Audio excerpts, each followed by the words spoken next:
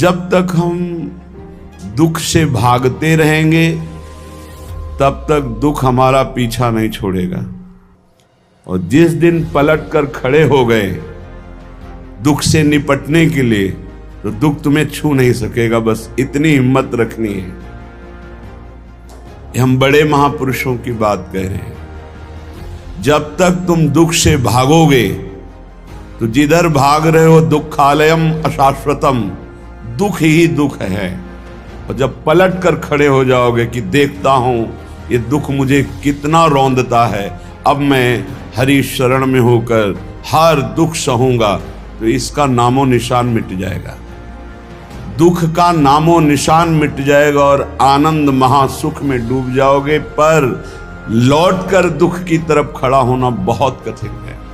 दुख से पिंड छुटाकर भागने के लिए सब भाग रहे हैं, लेकिन दुख की ही तरफ भाग रहे हैं। दुखालयम अशाश्वतम, ये दुर्लभ बात है। पर इसके लिए कमर कसना होगा कि हमें चाहे जितना दुख पड़े हम उस दुख को सहेंगे। संसार की तरफ जाने वाले को दुख ही दुख है, पर प्रभु की तरफ चलने वाले को थोड़ा दुख है। जैसे ऑपरेशन में कष्ट ही कष्ट है, पर इंजेक्शन शून्य का लगाकर बेहोशी का लगा के थोड़ा बस कष्ट है, फिर आप भूल जाएंगे। ऐसे ही थोड़ा जब तक तुम्हें होश है देह का तब तक ये कष्ट है। जहां आपके अंदर प्रेम का इंजेक्शन लगा फिर हर कष्ट सुखप्रद दिखाई देता है। धन्य है महापुरुषों का जीवन। जब उनके चरित्रों को पढ़ो तो हृदय विदीर्ण होता है कि कैसा समर्पण। श्री तुकाराम जी के महाराज के कितना भारी कष्ट सहते हुए वो कितनी उच्च कोटि की दशा को प्राप्त हुए। हम इसीलिए कहते हैं कि कष्ट के बचने के लिए बचाव पक्ष में होकर जब आप संसार की तरफ भागोगे तो दुख तुम्हें छोड़ेगा नहीं, रौंद देगा। और जब तुम मुड़कर खड़े हो जाओ, आओ तुम्हें जितना देना है देख लो, कितना दुख दोगे, वो अपने आप दुख सुख के रूप में बदल जाएगा। ये लिख लो दिमाग में, डरना नहीं है। श्री तुकाराम जी से किसी ने पूछा, वैसे आत्मचरित्र वर्णन करना महापुरुषों के लिए बड़ा कठिन होता है, अपनी प्रशंसा या अपने चरित्र, पर जब उनके जन पूछते हैं तो करुणा करके वो बताने लगते हैं। तुकाराम महाराज जब हरि कीर्तन में अद्भुत अवस्था को प्राप्त होते तो ये देखकर भक्त जनों के हृदय में कि महाराज आपको ऐसी अवस्था कैसे प्राप्त हुई, तो सुनो हमारे ऊपर पांडुरंगा की कृपा हुई। पहली, मेरा जन्म आप लिख रहे हैं चतुर्वर्ण में हुआ, मुझे व्यवसाय मिला व्यापार का, लेकिन पांडुरंगा जब अपने में लगाना चाहता है तो व्यापार सफल कैसे हो सकता है, असफल हो गया व्यापार। सारी संपत्ति हमारी जाती रही, घाटा ही घाटा व्यापार में। हमारे कुल से विठ्ठल भगवान की उपासना होती रही, कुल में परंपरा चली आ रही थी कि हमारे कुलदेव पांडुरंगा विठ्ठल भगवान। ध्यान से सुनना, चतुर्वर्ण में हमारा जन्म हुआ, व्यापार किया गया, व्यापार में घाटा ही घाटा। ऐसी परिस्थिति आई, माता पिता का स्वर्गवास हो गया, बहुत दुख मिला, न खाने को न व्यापार चला, माता पिता ऊपर से पधार गए, अकाल पड़ गया। जो घर में बचा हुआ अन्न था कुछ दिनों में खत्म हो गया, बाहर से आने का कोई गुंजाइश ही नहीं रह गई, सब स्वाहा। जो हम पिता माता की बनाई हुई प्रतिष्ठा थी वो भी धूल धूसरित हो गई। यहां तक कि मेरे परिवार को अन्न के लिए तड़प तड़प कर प्राण त्यागना पड़ा, खुद आपने लिखा। हर तरह से चारों तरफ मुझे अंधेरा ही अंधेरा, कष्ट ही कष्ट। आपको स्थिति कैसे प्राप्त हुई आप वर्णन। मुझे अपने ऊपर लज्जा आने लगी कि ना पत्नी को अन्न दे सका, ना परिवार को पाल सका। क्या जीवन मेरा, बड़ा हृदय में दाह हुआ, सब कुछ नष्ट भ्रष्ट हो गया। ये जिस पर मैं कृपा करता हूं ये लीला। ऐसी हालत में अब कुछ नहीं बचा, तो विट्ठल भगवान का मंदिर जो टूटा हुआ पड़ा था उसमें जो सेवा हो रही थी उसमें लग गया जाकर के, जीर्णोद्धार। उसमें रात दिन खूब शरीर को मेहनत करके परिश्रम करके सेवा करता और कुछ वहां से नहीं लेता, बस सेवा ही सेवा, खाने को भी नहीं। मन में उमंग आई, पहली बार की एकादशी व्रत रहूंगा। प्रारंभ की बात बता रहे हैं जहां से स्थिति भगवदाकार बनती है। देखो, जिस पर विशुद्ध कृपा होती है ये प्रतिकूलताएं शुरू हो जाती हैं। कोई भी भक्ति मार्ग का उपासक घबराए नहीं, हिम्मत रखे। ये प्रतिकूलताएं अनंत जन्मों की बिगड़ी को सुधारने के लिए हैं, क्योंकि एक ही रास्ता बचता है प्रभु का। प्रतिकूलता न मिले तो चढ़ाई नहीं चढ़ सकते अध्यात्म की। मन में आया कि बाद से एकादशी रहा करूंगा। अब एकादशी तो है ही, क्योंकि कुछ घर में है ही नहीं, तो पर एकादशी व्रत रहने का।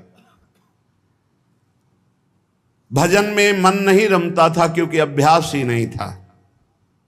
देख लीजिए, इतने बड़े महापुरुष जो सदेह विमान में बैठकर भगवत धाम गए। आप लोग चिंता मत करें, आप लोग जो कहते हैं मेरा मन भजन में नहीं लगता, तो कुछ तो लगता है। श्री तुकाराम जी लिख रहे हैं, आरंभ में बिल्कुल मेरा भजन में मन नहीं लगता था, पर संतों के चरित्र पढ़ने में मन लगता। संतों के चरित्र पढ़ता और उनके वचनों को बार बार याद करता कि उन्होंने क्या कहा है। उनके वचनों से मुझे बोध होने लगा। संत वचनों पर विश्वास, संत वचनों का महत्व और उनके वचनों का बार बार मनन बहुत सुंदर साधन है। बिल्कुल उत्तम अवस्था प्राप्त करने के लिए ऐसे ही साधक को कर। संत चरित्र, भक्त चरित्र पढ़ने में बड़ा मन लगता है। उनके वचनों पर बड़ी निष्ठा, बड़ा भाव, उन्हीं के वचनों का बार बार मनन। अब मन लगने लगा कि जहां हरि कीर्तन होता है वहां पीछे जाके खड़े हो जाए। महाराष्ट्र में प्रायः खड़े होकर कीर्तन करने की प्रथा है। आगे महापुरुष गा रहे हैं, पीछे सब मंजीरा लिए हुए, मृदंग लिए हुए खड़े गान करते हैं। तो मैं भी कीर्तनकारों के पीछे खड़ा हो जाता और जैसे वो कीर्तन का भाव प्रकट करते वैसे ही कीर्तन गाने की चेष्टा करता। भक्तों के चरित्र पढ़ना, संतों की बातें मनन करना और कीर्तन में उपस्थित होने से मेरा मन शुद्ध होने लगा। अब तो कीर्तन में मेरा मन बहुत लगने लगा। कीर्तन भजन करने वालों को जहां देखता तो साष्टांग दंडवत हो जाता और गिरकर उनके चरणों में प्रार्थना करता कि थोड़ा चरणामृत उतार लेने दो। तो वो मुझे चरणामृत उतारने का अवसर देते और जब मैं चरणामृत पीता तो मुझे अपार आनंद आने लगा। अब तो मेरी लज्जा चली गई। जहां संत को देखता, भक्त को देखता, कीर्तनकार को देखता, चरणों में लौट जाता और उनसे प्रार्थना करता कि आप हमको चरणामृत दे दें। वो हमारी दैन्यता देखकर चरणामृत दे देते। अब हमारे मन में आया कि शरीर को भारी कष्ट देकर भजन करो। ये निष्ठा, ये निष्ठा। शरीर आराम सुख की व्यवस्था चाहने वाला भजन में रुचि नहीं प्रकट कर पाता। ये ध्यान रखना। चाहे जितना शरीर में कष्ट हो, पर जैसे एक गरीब आदमी धन कमाने के लिए प्रयासरत रहता है, ऐसे भजनानंदी भजन के लिए प्रयासरत रहता है। रात्रि विषयी पुरुषों के लिए सोने के लिए अच्छी लगती है, भजनानंदियों के लिए रात्रि भजन के लिए होती है। थोड़ा विश्राम किया, जग के बैठ गए। बैठने की सामर्थ्य नहीं, फिर करवट ली हुई, लेटे हुए, आंख खोले हुए, मंत्राकार वृत्ति। समय हुआ शौच स्नान, अपनी दिनचर्या। नींद नींद कहां? जब तक भगवत साक्षात्कार नहीं तब तक नींद कहां, और जब भगवत साक्षात्कार हो गया तो नींद कहां? क्योंकि तमोगुण का पूर्ण नाश हो जाता है, त्रिगुणातीत अवस्था प्राप्त हो जाती है। ये निश्चय हुआ कीर्तन में जाने से, भगवत भक्तों के चरित्र पढ़ने से, भगवत भक्तों के वचन मनन करने से, भगवत भक्तों का चरणामृत पीने से, भगवत भक्तों के चरणांग में साष्टांग दंडवत करने से, कि शरीर को कष्टप्रद करके खूब भजन किया जाए। ये बड़े भाग्यशाली जो ये शब्द समझ पावे। शरीर को कष्ट रखते हुए भजन करना, चैन नहीं लेने देना, ये बड़े भाग्यशाली होंगे सो ये बात पकड़ पाएंगे। अब शरीर को कष्ट, अब बैठे हैं, जैसे श्री महात्मा बुद्ध जी ने कहा, इहासने सुस्यति में शरीरम, मेरा शरीर इसी आसन पर बैठकर सूख जाए, हड्डी टूट जाए, मांस गलित हो जाए, लेकिन जब तक ब्रह्मबोध नहीं होगा मैं उठूंगा नहीं। ये निष्ठाएं महापुरुषों की पकड़नी होती है। शरीर को बहुत सुखद नहीं, उचित भोजन, उचित नींद, रात दिन भजन। मैंने भगवत भजन में शरीर को घिस डाला, तुकाराम जी के, रात दिन कीर्तन, रात दिन भजन। अब अच्छा लगने लगा तप, कष्टप्रद भजन, कष्टप्रद शरीर और खूब भजन अच्छा लगने लगा। ये मन का एक स्वभाव है, इसे भोगों में लगा दो तो ये भोगों के अभ्यास बढ़ाता चला जाएगा, और भजन में लगा दो तो भजन का अभ्यास बढ़ाता चला जाएगा। जब अन्न त्यागा, फलाहार में आए, तब फलाहार भी त्यागने की इच्छा जागृत हो गई कि सावन भर केवल जल पी कर रहेंगे, गंगा जल पी कर रहेंगे। बड़ा उत्साह, त्याग की तरफ तरो तो मन क्रम बाई क्रम त्याग बढ़ाता चला जाता है, और भोग की तरफ बढ़ो तो मन क्रम बाई क्रम भोग बढ़ाता चला जाता है। ये चतुर उपासक त्याग की तरफ बढ़ता है, अविवेकी भोग की तरफ बढ़ता है। इस प्रकार मेरी परमार्थ की साधना आरंभ हुई। कथा सुनना, कीर्तन में सम्मिलित होना और संतों से प्यार करना। संतों को देखते ही एकदम लौट जाना, ऐसा लगना कि हो भाग्य। ये प्रायः महापुरुषों की वाणियों में पाया गया। गोस्वामी तुलसीदास जी कहते हैं, जैसे मेघ को देखकर मोर कुहुक पड़ता है, नाचने लगता है, ऐसे संत को देखकर जो भक्त आनंदित हो जाता है, ओहो अहो भाग्य, आज संत दर्शन हुए, और मन नाच पड़ता है, उसके हृदय में भगवान प्रेम वर्षा करते हैं। हमारा चित्त बस दो ही जगह लगने लगा, कथा कीर्तन और संत जन। परहित की बात आती तो शरीर की परवाह न करके दूसरों की सेवा करने में बड़ा सुख मिलने लगा। मेरी अवस्था देख करके जो मेरे स्वजन हैं उनको अच्छा नहीं लगा। नहीं लगेगा अच्छा, एक एक बात बैठा लो। कई लोग शिकायत करते हैं, परिवार के लोग हमसे ठीक से बात नहीं करते, हमारा उपहास करते हैं। आपका क्या, बड़े महापुरुषों का किया। परिवार के स्वजनों को ये अच्छा नहीं लगता, हमारा भजन, हमारा संत प्रेम, हमारा परोपकार, उनको देखी ये नहीं गई। भाई बंद, स्त्री, ये सब हमारा जो ये भाव है इसके विरुद्ध करने लगे। ग्रह प्रपंच में आसक्त जन मेरे भाव का विरोध करने लगे, मुझे निषेध करने लगे। संत दर्शन, संत सेवा, कीर्तन, भगवत कथा, ये स्वयं उनके वचन हैं। मैंने अपने हृदय में निश्चय कर लिया था, कठोर हृदय बना लिया था, हर दुख सहूंगा पर अब पांडुरंगा को नहीं छोड़ूंगा, अब विट्ठल को नहीं छोड़ सकता। किसी की कोई भी परवाह ना करके, घर परिवार के लोग इतना प्रपंच किए, मैं किसी की बात नहीं सुनता। पकड़ो बात, बिल्कुल ये सोधी हुई बात इसीलिए सुना रहा हूं कि प्रायः हर भक्त के जीवन में ऐसा ही होता है जो सच्चाई से चलता है। घर प्रपंच की बातें मेरे को बहुत सुनाई गई, बड़ा विरोध किया गया, पर मैंने निश्चय कर लिया, हृदय कठोर बना लिया, इस जन्म में अब भगवान को नहीं छोड़ूंगा। फिर मेरे मन में आया कि जड़ मूल से इस प्रपंच को उखाड़ फेंकूंगा। अब तो जब हमारे परिवार के जन हमारा विरोध करते तो मैं ना देखता ना उनकी बात सुनता और जोर जोर से कीर्तन करता। करो विरोध, कितना करोगे। राम कृष्ण हरि जय, राम कृष्ण हरि जय, विठ्ठल जय विठ्ठल। अब वो निंदा करें, वो उपहास करें, वो भगवत कीर्तन कर रहे हैं। जड़ से उखाड़ फेंकूंगा इस प्रपंच को। स्वजन अपनी ओर खींचते और विठ्ठल अपनी ओर खींचते, यही चलता है साधक के। एक तरफ भगवान का आकर्षण, एक तरफ माया का आकर्षण।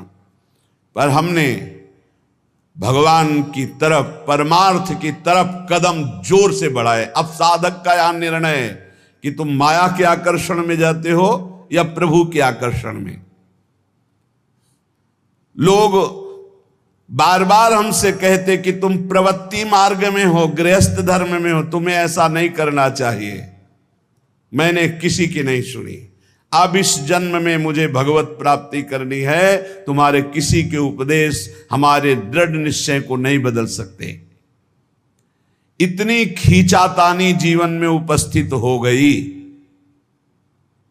कि सत्य की पहचान के लिए मुझे मन को समझाना पड़ा कि तू मेरा साथ दे दे।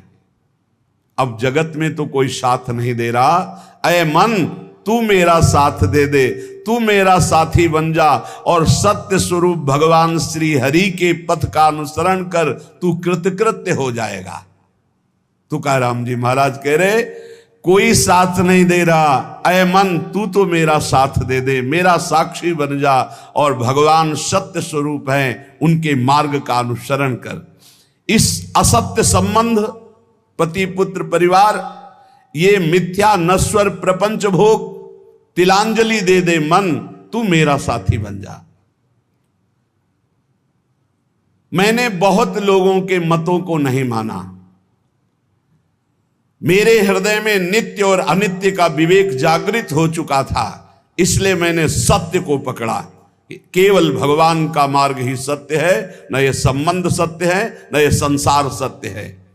इस प्रकार जब मैंने श्री हरि चरण प्राप्ति के लिए दृढ़ निश्चय कर लिया, तो उसी समय भगवान मेरे सदगुरु के रूप में पधारे।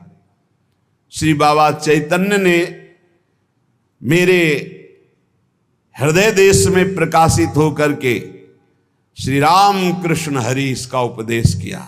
वही कीर्तन करते थे, पर वही गुरुदेव आकर हृदय में उपदेश किए, जिसे कहते हैं स्वप्नादेश। उपदेश किया कि अब तुम श्री राम कृष्ण हरि ही कहो। मैंने अब दृढ़ विश्वास कर लिया कि जो जप रहा था वो गुरुदेव ने दे दिया। अब तो किसी भी तरह मैं इसे नहीं छोड़ सकता। विश्वास चित्त में धार लिया कि मेरा भोजन भी राम कृष्ण हरि, मेरी प्यास भी राम कृष्ण हरि, मेरे प्राण भी राम कृष्ण हरि, मेरा सर्वस्व राम कृष्ण हरि। निश्चय कर लिया, बड़ा सहारा मिल गया। पहले जपते थे, वही जब गुरु ने दिया तो बड़ा सहारा मिल गया, परिपक्व हो गया। अब तो बैठ करके 24-24 घंटे नाम कीर्तन, क्योंकि निश्चय पहले ही कर लिया था शरीर को कष्ट देकर भगवत भजन करना। ये बहुत जल्दी भजन रंग लाता है। जब चित्त लवलीन होने लगा तो मेरे हृदय में कविता की स्फूर्ति होने लगी। श्री हरि के लीला गुण प्रकाशित होने लगे, उनको कविता रूप में लिखने की स्फूर्ति हुई। श्री हरि का कीर्तन और श्री हरि प्रदत्त अभंग वाणी प्रकट हुई मेरे हृदय में।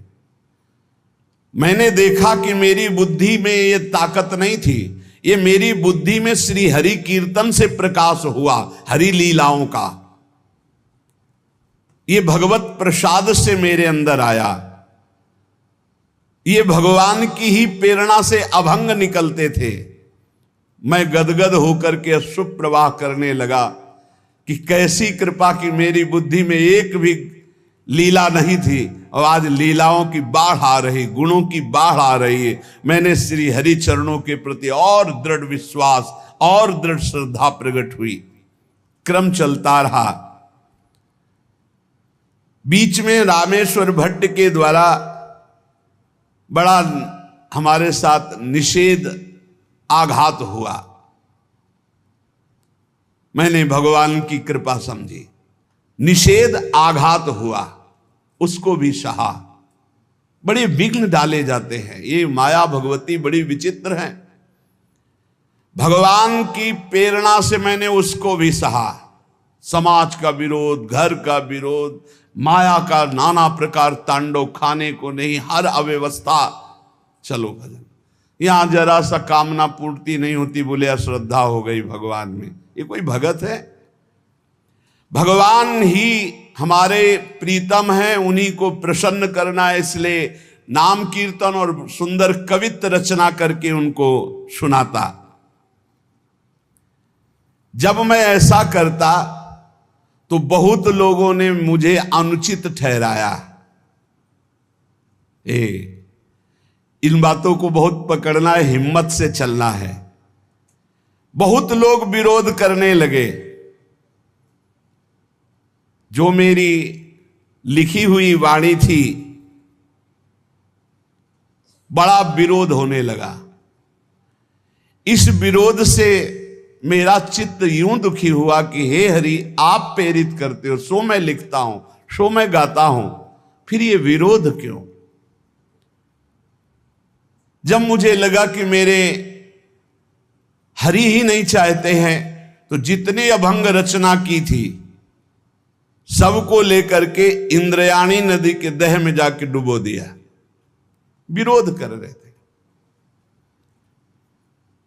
भगवान के द्वार पर जाकर के, विट्ठल भगवान के द्वार पे, न खाना न पीना, उदास बैठ गया।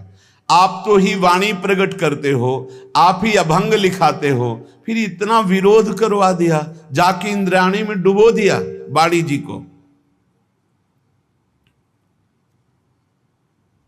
अब दर्शन करने वाले तो दर्शन करके चले जाते, ठाकुर जी का शयन हो जाता, फिर ठाकुर जी का मंगला प्रभात दर्शन होता, फिर ऐसे कई दिन व्यतीत हो गए, न खाना न पीना और चुपचाप द्वार पर बैठे रहना। दया आई पांडुरंगा को और साक्षात प्रकट हुए जब कोई नहीं था रात्रि में, वहीं दरवाजे पे पड़े रहते,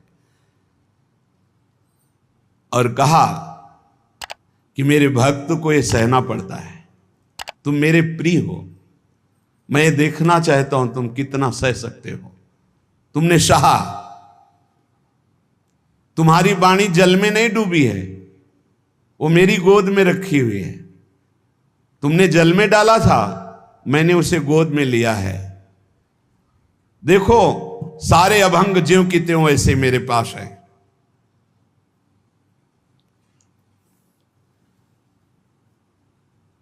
अभंग ज्यों के त्यों, जैसे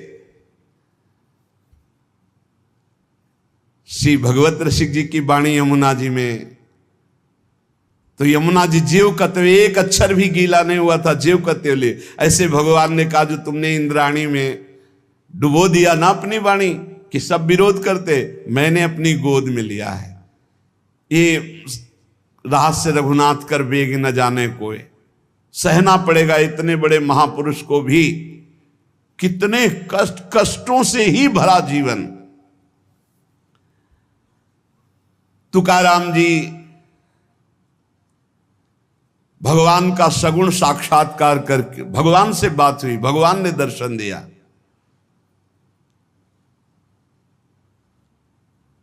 उन्होंने जो अपने जीवन में कष्ट सहा, उस कष्ट से भगवान के प्रति उनकी ममता घटी नहीं, उनकी ममता बढ़ी। भक्त वही है कि जितना उन कष्ट मिले, जितनी विपरीतता आवे, उतना भगवान के प्रति प्रियता बढ़नी चाहिए। ये जगत का जो नाटक का स्वांग रचा है उस परमात्मा ने रचा है। तुम भी उसी स्वांग के एक हिस्से हो, बस स्वांग मात्र करो, सच्चाई से नहीं। तुम न किसी के सच्चे पति हो, न किसी के पुत्र हो, न किसी के पिता हो, न किसी की पत्नी हो। तुम भगवत स्वरूप हो, स्वांग मिला है, स्वांग करो। सच्चाई है कि मैं ईश्वर के नाम रूप लीला धाम में निरंतर चित्त को जोड़े। ये सच्चा नहीं है, झूठा है। ना तुम कुछ दिन के जो बने हुए पति हो, ना शाश्वत पति नहीं हो। तुम पहले नहीं थे, बाद में भी नहीं रहोगे, बीच में कुछ दिन के हो, लेकिन शाश्वत है सच्चिदानंद प्रभु। श्री तुकाराम जी कह रहे, नटनाट्य अवधे संपादिले सोंग। ये स्वांग है, ये नट का नाट्य है, बिल्कुल नाटक जैसा करो। सत्य है भगवत नाम, भगवत रूप, भगवत लीला। क्या कोई अंगारों की सेज पर सुख की नींद सो सकता है? तो उत्तर आएगा नहीं। तो क्या खटमल की चारपाई पर सुख की नींद सो सकता है? तो बोले नहीं। तो बोले ऐसे ही भोग वासना, नाना प्रकार की गंदी वासना, ये क्या तुम्हें सुख चैन से सोने देंगी? अनंत जन्मों से जलते हुए चले आ रहे हो, आगे भी जलना पड़ेगा। नहीं, आगे बढ़ो, संसार के मार्ग में नहीं, भगवत मार्ग में, तभी सुख से विश्राम कर। गोस्वामी तुलसीदास जी कह रहे हैं, जाकी कृपा लवलेस ते मति मंद तुलसी दास हूं, पायो परम विश्राम, राम समान प्रभु नाही कहूं। पायो परम विश्राम, आप चैन की नींद। काहू के बल भजन को काहू के आचार, व्यास भरोसे कुंवर के सोवत पाव पसार। चैन की नींद, ये अंगारों की सेज पर पड़ना है, जो भोगों में, जो नाना प्रकार की वासनाओं, मानो खटमल की चारपाई पर। कहां चिंता शोक भय से युक्त कहीं नींद आती है? जब तक देह भाव है प्यारे कि मैं स्त्री हूं, मैं पुरुष हूं, तब तक बंधन को प्राप्त हो। भाव ही देह भाव को नष्ट करेगा, भगवत भाव कर्म बंधनों को नष्ट करेगा। दही मत कर जब उससे मक्खन निकाल लिया जाता है, तो मक्खन छाछ में डालने से ऊपर ही रहता है, कभी डूबता नहीं है। जब तक मथा नहीं गया था तो एक में ही एकम एक था, और जब मथ कर दही को मक्खन निकाल लिया गया तो फिर उसे छाछ में छोड़ दो, फिर नहीं मिल सकता। ऐसे ही खूब नाम जप करके पहले जीवत तो नष्ट कर दो, फिर संसार में रहोगे तो ऐसे रहोगे जैसे छाछ के ऊपर मक्खन रहता है, कभी मिल नहीं सकता। तुकाराम जी कहते हैं, दही से पहले मथ करके मक्खन अलग कर लो, फिर मिलाना भी चाहोगे तो चाहे जितना प्रयास करो मिलेगा ही नहीं। ऐसे ही एक बार तुम देह भाव से अलग हो, नाम जप करके ऐसा ज्ञान प्राप्त करो, फिर संसार में तुम्हें कोई नहीं बांध सकता। प्यासा प्यासे की हालत जानता है, भूखा भूखे की हालत जानता है। ऐसे ही भगवत मार्ग का पथिक, केवल भगवत मार्ग के पथिक ही भगवत मार्ग के पथिक को जानते हैं, दूसरे नहीं जान सकते। दूसरों को तो आश्चर्य लगता है, ऐसा कैसे हो सकता है कि घर में खाने को नहीं, हर कष्ट हर, और वो खूब नाच नाच करके नाम कीर्तन कर रहे हैं। ऐसा कैसे हो सकता है कि घर में इकलौते पुत्र का 100 पड़ा हुआ है और वो नाम कीर्तन कर रहे हैं? ऐसा कैसे हो सकता है कि क्षण क्षण पर कष्ट दिया जा रहा है और वो हरि हरि हरि मेरा हरि मेरा हरि? ऐसा कैसे हो सकता है प्रहलाद जी? ऐसा कैसे हो सकता है? 22 बाजारों में मार कोड़े खाल खींच ली गई, फिर भी ना तो भक्ति में फर्क पड़ा ना भक्त में फर्क पड़ा। वैसे ही भक्ति, वैसे ही मुख प्रसन्न। कैसा कैसे हो सकता है? ये बात जैसे प्यासे को प्यासा जानता है, भूखे को भूखा जानता है, ऐसे ही भगवान के भक्त को सिर्फ भगवान का भक्त जानता है। ये विषयी सांसारिक प्रापंचिक लोग उसे नहीं जान सकते। तुकाराम जी कहते हैं, माया योग से जीव दुर्दशा को प्राप्त हो रहा है और भक्ति योग से महासुख को भोगेगा। इसलिए माया योग से हटो और भक्ति योग को प्राप्त करो। अनित्यम सुखम लोको मिमम प्राप्य भजस्व माम। ये संसार के नाशवान सुख भोगों से मन को हटाओ, लोक के भोग तुम्हें दुर्गति को प्राप्त करा देंगे। प्राप्य भजस्व माम, मुझे भजो, भगवान कह रहे मेरा स्मरण करो। बाटे या जनाचे थोर व आश्चर्य विषय वडिम भूतले जीव। तुकाराम जी कह रहे हैं कि जीव भोगों में फंसकर समय को नष्ट कर रहा है। वो समझ रहा है बड़ा अच्छा समय व्यतीत हो रहा है, लेकिन आगे भयानक दुख आने वाला है, फिर मृत्यु होगी, फिर अन्य योनियों में जाओगे। इसलिए भजन कर लो। पैसा के बल से, भोगों के बल से, पद के बल से तुम काल से नहीं बच सकते। उन्मत्त मत हो, भजन कर लो। तुकाराम जी कह रहे बड़ी दया आ रही ऐसे जीवों पर जो भोगों के बल से, धन के बल से अपने जीवन को नष्ट कर रहे हैं कि समय बढ़िया जा रहा है बड़ी मौज मस्ती से, लेकिन वो आगामी दुख को नहीं देख पा रहे हैं। अरे ये मुझे ना भजे ऐसा कौन सा बल है इनको मिल गया कि निश्चिंत होकर भोगों में पड़े हुए हैं। भगवान को भी दया आती है कि ये जीव कैसा भूला हुआ है, इनमें कौन सा ऐसा दम है जो अंत काल में तुम्हें काल से बचा सकता है। रुपया में, पत्नी में, पुत्र में, पति में, परिवार में, धन में, किसमें ऐसा बल है जो तुम्हें मृत्यु से बचा सके। जब मृत्यु से नहीं बचोगे तो फिर अगला जन्म होगा, फिर उस योनि में नया। ये कब तक चलता रहेगा? क्या यमदूतों से तुम्हें ये रुपया पैसा बचा लेगा? क्या यमदूतों के दंड से तुम्हें ये नाना प्रकार के शरीर संबंधी लोग बचा लेंगे? नहीं। तो विद्या बचा लेगी, वयस बचा लेगी, प्राणियों का रिश्ता नाता तुम्हें बचा लेगा। अरे अब होश में हो जाओ। संसार काल का कलेवा है, इसमें कोई नहीं बचेगा, सब मरेंगे। इसलिए नाम जप कर ले, अपने को बचा ले। बचाना क्या है? देह भाव से हट गए, बच गए। भजन के बल से देह भाव से हट गए तो मृत्यु का प्रवाह देह में होगा, आपके ऊपर नहीं। आप परम पद को प्राप्त हो जाएंगे। जीव तू मृत्यु को मत भूल। मृत्यु को बड़ा चस्का लगा है लोगों के मारने का। वो किसी को नहीं बख्शती, सबको मारती चली जाती, रौंदती चली जाती है।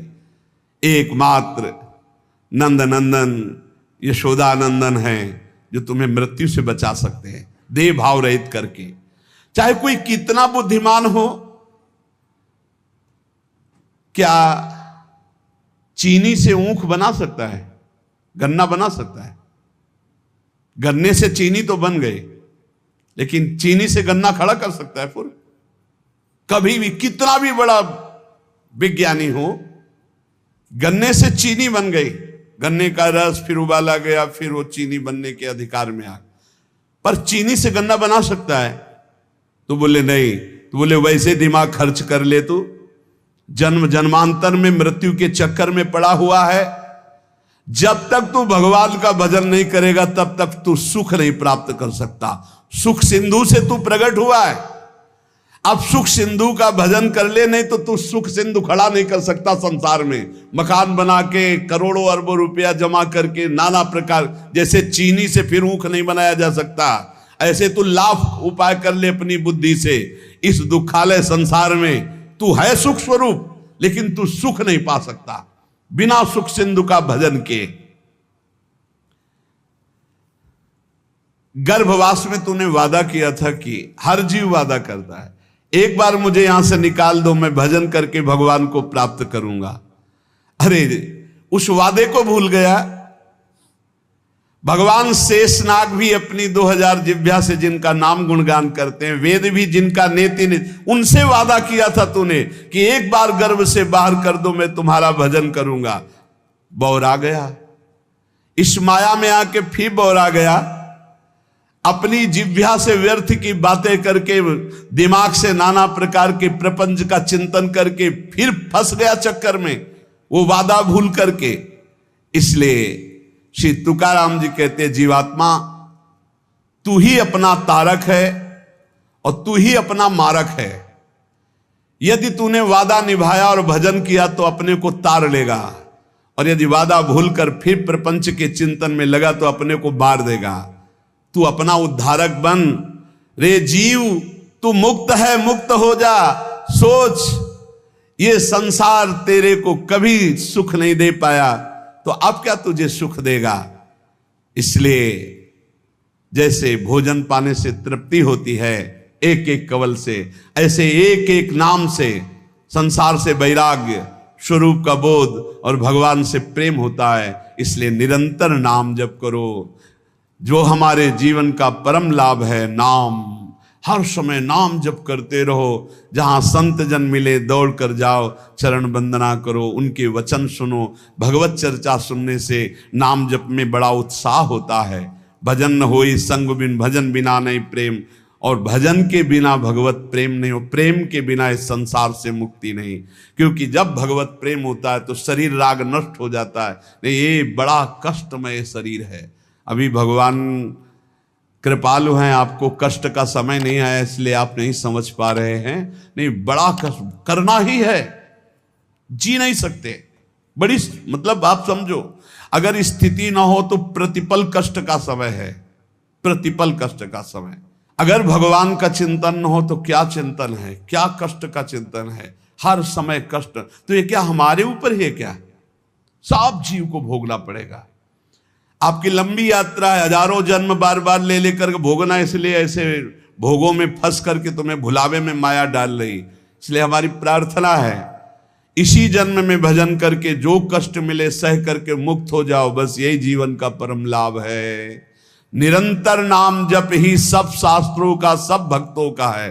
देखो तुकाराम जी की बात सुनी कि पूरा जीवन कष्ट में, यहां तक ऐसी स्थिति आई कि अन्न के बिना पत्नी मर गई, बच्चे प्राण पोषण के लिए अन्न नहीं रहा, लेकिन भक्त ने अपनी निष्ठा नहीं तोड़ी। निरंतर नाम कीर्तन, संत चरणामृत, संत चरण रज का सेवन करके ऐसी ऊंचाई पर पड़े कि आखिरी में जब तो भगवान वो कह रहे, देखो भगवान श्री हरि विमान लेकर आ रहे हैं। भगवत पार्षद आए, विमान आया, सबसे प्रणाम किया और विमान में चढ़कर तुकाराम जी भगवान के धाम को गए। भक्तों के शरीर ऐसे छूटते, उनको स्मृति ही नहीं रहती कब शरीर छूट गया, और दिव्य देह से भगवान के समीप चले जाते। यही लाभ लेने के लिए हमें जन्म मिला है। खूब नाम जप करो, किसी का बुरा मत करो, किसी की निंदा मत करो। ये सब बातें हमारे भजन से हमें विघ्न पहुंचा करके अलग कर देती। और भजन भजन यही जीवन का सार है। जितना भजन, ये पाप के कारण मिलते हैं। लोग मारे घूम रहे हैं, दुख मिटाने के लिए सोचते हैं कोई जादू कर दे, कोई टोना कर दे, कोई जंतुर बांध दे, कोई आशीर्वाद दे दे। अरे काहे को पागल हो? यदि तुम अच्छे आचरण करते हो, भगवान नाम जप करते हो, सद्धर्म से चलते हो, तो तुम्हें किसी से आशीर्वाद मांगने की जरूरत नहीं। बात मान लीजिए, प्रार्थना मान लीजिए। दिखावे में लाखों लोग अपने जीवन को नष्ट करने के लिए तैयार हैं। ये माया का ही तो दिखावा है, जिसमें जन्म के जन्म हमारे नष्ट होते जा रहे हैं। सत्य मार्ग को क्यों नहीं पकड़ते हो? किसी के आशीर्वाद की जरूरत नहीं आपको आनंद प्राप्ति के लिए। आप आनंद के बच्चा हो, आनंद स्वरूप हो। जिनसे आशीर्वाद मांगते हो उनके अंदर जो आत्म तत्व बैठा है वो तुम्हारे अंदर बैठा है। वही संपूर्ण आनंद लिए तुम्हारे अंदर बैठा है। तुम्हें किसी से गिगियाने की जरूरत नहीं। बस तुम अपने स्वरूप को नहीं पहचान पा रहे हो, अपनी शक्ति को जागृत नहीं कर पा रहे हो, इसलिए तुम दौड़े घूम रहे हो। भागने की जरूरत नहीं है। सत्संग सुनो, उसे अपने आचरण में उतारो। ये बात आप कागज में लिख लो, चाहे दिमाग में लिख लो। जब तक आपके आचरण शुद्ध नहीं होंगे, जब तक आप भजन नहीं करोगे, जब तक आप दूसरों को सुख नहीं दोगे, मन वचन कर्म से किसी को भी दुख नहीं पहुंचाना, तब तक आप भाग आओ। यहां से लेकर ब्रह्मलोक तक अगर आपको सुख मिल जाए तो बता देना। आ ब्रह्म भुवनान लोकान पुनरावर्तिनो, अर्जुन यहां सुख मिलने वाला है। आ ब्रह्म स्तंभ पर्यंतम सर्वम मायामयम जगत, यहां सुख मिलने वाला है। अगर सुख सिंधु भगवान का भजन नहीं करेंगे, बैठ के अपने घर में बैठकर आधा घंटा भजन नहीं करेंगे, मारे घूम रहे हैं, सोच रहे हैं ये भगवान का अवतार है, हमारा कल्याण हो जाएगा। ए भाई, जब भगवान वास्तविक अवतार लिए और जो भजन नहीं किए उनका भी कल्याण नहीं हुआ।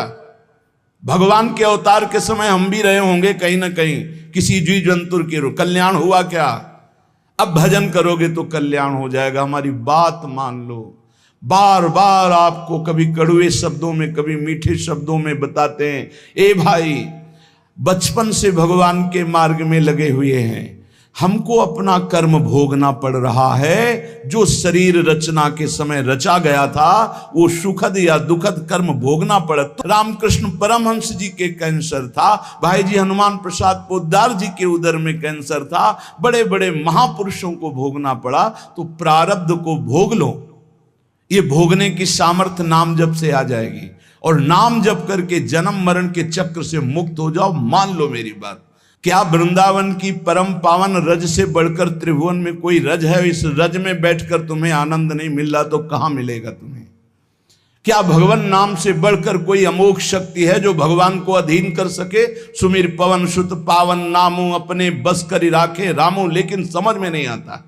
ये जीव सोचता है कोई तपस्वी कोई सिद्ध से हमारे दुख दूर हो जाएं। नहीं, भगवान के वचन सुन लीजिए।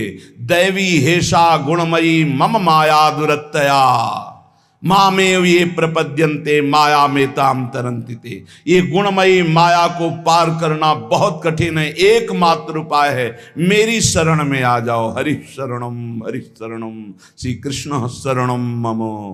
जब तक प्रभु की शरण में नहीं तब तक माया मुक्त। पर समझ में नहीं आता, लोगों को ऐसा लगता है मैं जाऊंगा आशीर्वाद मिलेगा, मैं सिद्ध हो जाऊंगा, सब दुख नष्ट हो जाएंगे। आप समझो, हमारी प्रार्थना को समझो, हम अंदर से पीड़ित होके बोल रहे हैं। आप लोग समझते नहीं हो। भगवान का भजन किए बिना कहीं भी भाग के चले जाओ, आपको शांति नहीं मिलेगी प्यारे। और घर में बैठकर यदि भजन करोगे तो घर तीर्थ हो जाएगा, घर में भगवान पधारेंगे, आप आनंदित हो जाओगे। संत संग का फल होता है भागना मिट जाना। सत्संगति संस्कृति कर अंता, ये जो जन्म मरण का भागना ये मिट जाएगा। ये छोटे मोटे भागने से, शब्द सुना, मनन किया, आचरण में लग गए। कभी महीना 2 महीना में अगर संयोग बना तो हम बैठ के सत्संग सुन रहे हैं, नहीं तो हमारे पास यंत्र है, हम रोज उससे नवीन उत्साह प्राप्त करें भगवत मार्ग में चलने का। जब मिले तब दर्शन कर लिए, नहीं तो हम उनकी आज्ञा पर चल रहे हैं तो हमारा सदैव सानिध्य है। भागने की जरूरत नहीं भाई, नहीं। थोड़ा चैन लो, थोड़ा शांति लो, भागने की जरूरत नहीं है। अंदर से भगवान को सुमिरन करने की जरूरत है। थोड़ा संयम में आओ। जिसको देखो मनमानी आचरण कर रहा है, सोचता है कोई संत महात्मा आशीर्वाद दे देंगे, तो तुम्हें संत महात्मा मिलेंगे ही नहीं। तुम करोगे पापाचरण तो संत महात्माओं का सानिध्य ही नहीं मिलेगा। पापवंत कर सहज स्वभाव भजन मोर ते भावन काऊ, जो पे दुष्ट हृदय सोई होई मोरे सन्मुख आव की सोई। अच्छे आचरण करो, घर बैठे महात्मा मिल जाएंगे, कोई आ जाएंगे, ऐसे तुम्हें कृतार्थ कर जाएंगे। कहीं तुम भेज दिए जाओगे जिनके वचन से तुम कृतार्थ हो जाओगे। हमारी प्रार्थना को मानिए, अपने इस अमूल्य मानव जीवन को कूड़ा करकट की तरह मत नष्ट कीजिए। श्रीपाद कह रहे हैं, नेत्रे उत्पाटित सपदि स्त्री क्षणे लालसा चेत। यदि ये गंदी लालसाएं उत्पन्न हो रही हैं तो थोड़ा शासन में लाओ अपनी इंद्रियों को, छूट मत दो। बहुत जीवन व्यर्थ कर दिया इन इंद्रियों ने, अब सावधान हो जाओ। तुम स्वतंत्र सिंहवत जीवन व्यतीत करने के लिए मानव जीवन प्रकट किए भगवान ने तुम्हारा। तुम इंद्रियों के गुलाम होकर, मन के गुलाम होकर, भोगों के गुलाम होकर के जीने के लिए नहीं आए हो मनुष्य देह में। देवता तरसते हैं इस मानव देह के लिए। क्यों? क्योंकि साधन धाम मोक्ष कर द्वारा, इसे साधना करके हम जीवन मुक्त महापुरुष हो सकते हैं। लेकिन नहीं, बस कोई ऐसा कुछ कर दे जिससे हमारा पति बन जाए, कोई ऐसा कर दे कि हम स्वस्थों को भोग भोगें, कोई ऐसा कर दे सारी झंझटें मिट जाएं। अरे औरों की तो बात जाने दो, भगवान जिनके घर में अवतरित हुए आप वहां दृष्टि डालिए। इतने बड़े भजनानंदी महात्मा वसुदेव और देवकी कंस कारागार में बंद किए हुए, भगवान पधार रहे हैं हथकड़ी बेड़ियों से जकड़े हुए। आप विचार कीजिए, भगवान के सिवा तुम्हें कोई बंधन मुक्त नहीं कर सकता। और सब तरंगे हैं, भगवान भगवान है, हमारी बात को समझ लो। भगवान भगवान है, भगवान के भाव में डूब करके सब भगवत स्वरूप हैं। तरंग में वायु विकार है, वायु विकार हटा तो समुद्र ही है। पर इतना भेद है कि समुद्र करोड़ों अनंत तरंगें प्रकट कर सकता है, लेकिन एक तरंग समुद्र नहीं प्रकट कर सकती। ऐसे ही जितने महापुरुष हैं, जितने सिद्ध महापुरुष हुए, भक्त हो चाहे ज्ञानी हो चाहे योगी हो, वो माया विकार को नष्ट करके ब्रह्म रूप में लीन हो गए, तो ब्रह्म स्वरूप वो भी हो गए। ब्रह्मविद ब्रह्म ही भवति। लेकिन ब्रह्म तो ब्रह्म है, जिसने एक संकल्प मात्र से अनंत सृष्टि का सृजन कर दिया, उसकी समानता करने वाला त्रिभुवन में कोई नहीं है। तो उन्हीं भगवान की, चाहे निराकार मानो, साकार मानो, सगुण मानो, निर्गुण मानो, उन्हीं भगवान की शरण में जाने के लिए सब संत महात्मा, और जो भगवान की शरण से अलग करके अपने को भगवान माने, तो हमें लगता है फिर बचना चाहिए ऐसे भगवानों से, जो अपने वचन से, अपने आचरण से, अपनी हृदय की भावनाओं से जीवों के माया जनित आकर्षण को नष्ट करके श्री भगवान से प्रीति करावे। उसे संत कहते हैं, उसे ब्रह्मर्षि कहते हैं, उसे महात्मा कहते हैं, उसे भक्त कहते हैं। शास्त्र उठा के देख लो, ब्रह्म स्वरूप हो गए हैं। दूसरों ने अनुभव किया कि साक्षात ब्रह्म है, लेकिन वो जब बोले तो अपने को ब्रह्म नहीं बोले। गोस्वामी तुलसीदास जी साक्षात भगवान के स्वरूप हो चुके। वो क्या कह रहे हैं? जो मैं अपने अवगुण कहूं, बाढ़े कथा पार नहीं लहूं, ताते मैं कछु अलप बखाने, थोड़े महू समुझे सयाने। कह रहे मैं अपने अवगुणों की यदि कथा कहूं तो ग्रंथ भर जाएगा। थोड़े बता दिए हैं कि मैं अवगुणी हूं, इसमें जो विवेकी जन हैं वो समझ पाएंगे मेरी बात को। क्या समझ पाएंगे? कि भगवान की शरण में जाने से जीव भगवत स्वरूप हो जाता है। गोस्वामी जी भगवत स्वरूप है। सामने भगवान बैठे हुए सबरी माता का स्तवन कर रहे हैं नवधा भक्ति के द्वारा, और सबरी जी ऐसा कह रहे, अधम ते अधम अधम अति नारी, तिन मां मैं मति मंद अघारी। ये है महापुरुष। भगवान के चरणारविंद की नाम की लीला कथा की वृत्ति हृदय में जिनके संग से जागृत हो, वही सत्संग है। हम लोग बड़े बावरे हैं। अरे तरंग कभी समुद्र प्रकट कर सकती है? सब तरंगे हैं। वायु विकार हटा समुद्र हो गई, मुझे कोई इस पे संशय नहीं। बूंद अलग है तो बूंद है, और समुद्र में गिर गई तो समुद्र है। लेकिन बूंद समुद्र नहीं प्रकट कर सकती। ऐसी करोड़ों अनंत बूंदे समुद्र से, लहरों से ऐसे उठती रहती है। उनका नाम भगवान है, जिनसे अनंत महात्मा, अनंत ब्रह्म ऋषि, अनंत ब्रह्मांड सृजन, उन भगवान की शरण में जाने से इस माया से मुक्ति होती है। सब समझ नहीं पा रहे। अरे जिनका नाम जप कर, जिनका चिंतन करके, जिनके आश्रय से जीव ब्रह्ममय हो जाता है, भगवत स्वरूप हो जाता है, वही तुम्हें करना है। यही सत्संग से प्राप्त होता है। अगर ये ना प्राप्त हो तो सत्संग नहीं है। वो कहीं ना कहीं घुमा करके हमको भटकाया जा रहा है।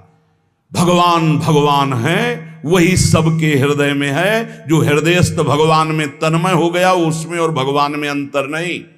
बिल्कुल मुझे संशय नहीं, पर भगवान भगवान हैं, इतना समझना पड़ेगा। उनके स्थान में कोई नहीं है, उनके समान कोई नहीं है, फिर उनसे बड़ा कौन हो सकता है? ये भोले भाले जीव समझते नहीं, भागे घूम रहे। उन्हीं भगवान का नाम जप करो। चीख चीख के कहते हर प्रश्न का उत्तर नाम है। अगर नाम जप करके देखो तो प्रश्न ही नहीं रह जाएगा, सब समाधान हो जाएंगे। और भागे घूमे तो कभी प्रश्न की कभी शांति नहीं होगी, संशय पर संशय उठता चला जाएगा। श्रीपाद कह रहे हैं, यदि हमारी इंद्रियां कुमार्गगामी हो रही तो हमें शासन में लेना चाहिए। शासन में नहीं लोगे तो शासन तुम्हें शासन में ले लेगा। दो शासन है, एक है राष्ट्रीय शासन, एक है भागवतिक शासन। भागवतिक शासन जब लेगा तो फिर कोई बचा नहीं सकता। इसलिए अभी अवसर है, निकल चलो, निकल चलो। भागने की कहीं जरूरत नहीं, किसी से आशीर्वाद नहीं मिलेगा। कब होगा? हम कह रहे राधा राधा जपो, अगर कल्याण ना हो जाए तो हमें बता देना। भगवान अर्जुन से क्या कह रहे हैं? सामने अर्जुन जी खड़े हैं, कह रहे तुम मुझे तभी अनुभव कर पाओगे जब अनन्य चेता सततम यो माम स्मृति नित्य सा तस्याम सुलभा पार्थ। सामने खड़े हो, कह रहे सुलभ नहीं हूं मैं, सुलभ उनके लिए हूं जो मेरा अनन्य भजन करते हैं, अनन्य चिंतन कर। पकड़ ही नहीं पा रहे, लाख सत्संग सुन रहे, पकड़ ही नहीं पा रहे। बिल्कुल नहीं, ऐसे नहीं हो। थोड़ा विवेकवान हो, मनुष्य जीवन मिला है। ऐसा नहीं कि कोई तुम्हें प्रलोभन दे दे तो हम तुम्हारे रोग नष्ट कर देंगे, हम तुम्हें सिद्ध कर देंगे, हम तुम्हें धनी बना देंगे। हम कहते हैं कि हो सकता है 1000 जाते हैं उनमें से 100 लोग ठीक हो गए हों। कैसे? पूर्व का पुण्य 100 का तुक्का लगा और ठीक हो गए। वो कहते हैं कि मैं कसम खा के कहता हूं मैं ठीक हो गया हूं। हम बिल्कुल 100% मानते ठीक हो गए, लेकिन उसके प्रताप से नहीं, आप अपने पुण्य प्रताप से ठीक हो गए। आपके ठीक होने का समय आ गया है, इसलिए आपका तुक्का लगा, आप गए, यश उसको मिल गया और आपका काम बन गया। हमारी बात को समझो। अपने लोग बहुत शास्त्र सम्मत, बहुत उसको सुलझ कर भगवत मार्ग को चल करके आपको बोल रहे हैं। अगर इन कर्मों को मिटाने के लिए जो हमारे शास्त्र बने हुए हैं उनके सिद्धांत के अनुसार चला जाए तो मिटा दिया जाएगा। लेकिन जब मिटाने की सामर्थ्य आती है तब लगता है अब इसको रख के क्या करेंगे, हमारे को तो प्रभु के पास जाना है, हमें तो दिव्य भाव देह प्राप्त है, हमें अपने स्वामी, अब इस शरीर का क्या करेंगे। तो जैसे सांप अपनी केचुल से संबंध नहीं रखता, ऐसे महापुरुष अपने शरीर से संबंध नहीं रखते। आप हमारी बात को समझ नहीं पा रहे, भटकते घूम रहे हैं, मारे घूम रहे हैं, क्लेश, अशांति, नाना प्रकार के दुख। अरे भाई, भगवान की शरणागति प्रतिपल परमानंद प्रदान करती है। क्यों नहीं शरण में हो जाते?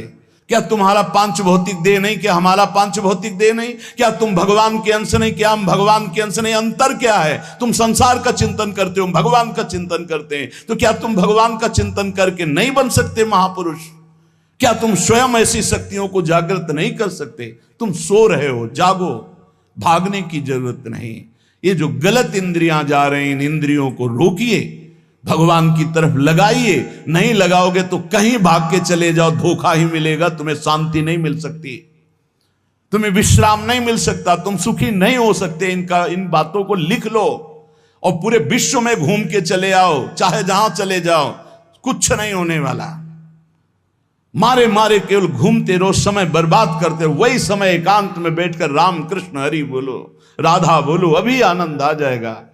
हम ये नहीं कहते कि तुम करोड़पति बन जाओगे, तुम्हारे सारे काम बन जाएंगे, लेकिन हम ये कहते हैं कि तुम्हारा हृदय शांत हो जाएगा, तुम्हारा भागम भाग मिट जाएगा, तुम एक गंभीर हो जाओगे, धैर्यवान हो जाओगे, तुम लड़ना सीख जाओगे दुखों से, तुम सुखों से भूल करके पापाचरण कर बैठे हो। दुखों में इतना तुम हो जाते हो कि अपने जीवन को भी नष्ट करने की सोच। ये सब भगवत विमुख जीव का लक्षण है।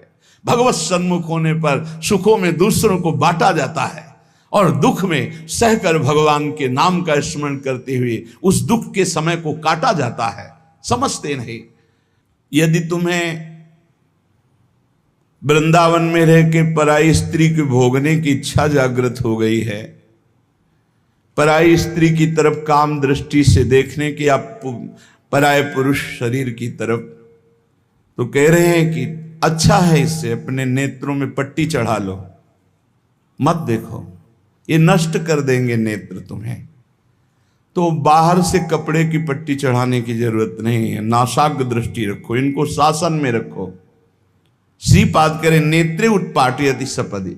जहां साधक असावधान होता है वहां पश्चाताप उसको होता है, जलन होती है और उसके परमार्थ में विघ्न आ जाता है। इसलिए ब्रह्मा जी ने ऐसी रचना की है कि स्त्री को पुरुष शरीर में आकर्षण, पुरुष को स्त्री शरीर में आकर्षण, या भोग बुद्धि से देखना, अपने को इसी को सुधारना है। अगर इसी को सुधार लिया तो परमार्थ पुष्ट हो जाएगा। यदि आपको ज्ञान नहीं रहा हो, आपसे ऐसे पाप बन गए हैं, गुरु पत्नी गामी सबसे महापापों में पहले आता है, फिर आता है जो ब्रह्म ऋषिजन हैं उनकी भार्या, फिर आता है मद्यपान, मदिरापान करना, फिर स्वर्ण की चोरी करना, और जो ऐसे पुरुषों का संगी है वो महापापी, गौ हत्या करना महापाप, ऐसे जो महापापी जन हैं, पाप हो चुके हैं उनसे, अब वो विचार करें कि मेरा कल्याण कैसे हो सकता है, मैं तो महापापी हूं। तो श्रीपाद करें हर जीव को अंतिम सांस तक भगवत प्राप्ति का मार्ग खुला है। बहुत बड़ी बात है, बहुत बड़ी बात है। आज तक भोगना पड़ रहा है गुरुपत्नी गामी का कलंक चंद्रमा जी को, आज तक। ये बड़े बड़े महत पाप हैं जो लोग नहीं समझते हैं। ये बात समझ लें, पर स्त्री गमन, मदिरापान, द्वित कीड़ा, स्वर्ण चोरी,